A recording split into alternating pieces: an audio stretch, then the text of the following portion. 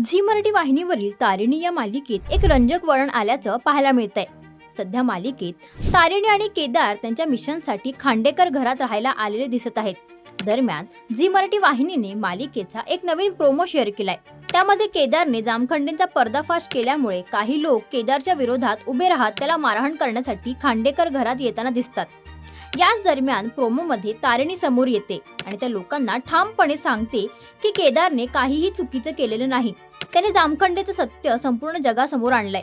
हे ऐकताच जामखंडेंच्या बाजूने असलेली काही माणसं खांडेकर घरावर हल्ला करताना दिसतात। हे सगळं थांबवण्याचा प्रयत्न तारिणी करते, मात्र पुढे तारिणी तिचं खरं रूप उघड करू शकत नसल्यामुळे ती घरातील सर्व मुलींना एका खोलीत जाऊन लपण्यास सांगते। पुढे प्रोमोमध्ये तारिणी एक पोलीस अधिकारी असल्याने ती अजिबात गुंडांना घाबरत नाही आणि त्यांना त्यांच्याच भाषेत धडा शिकवताना दिसते।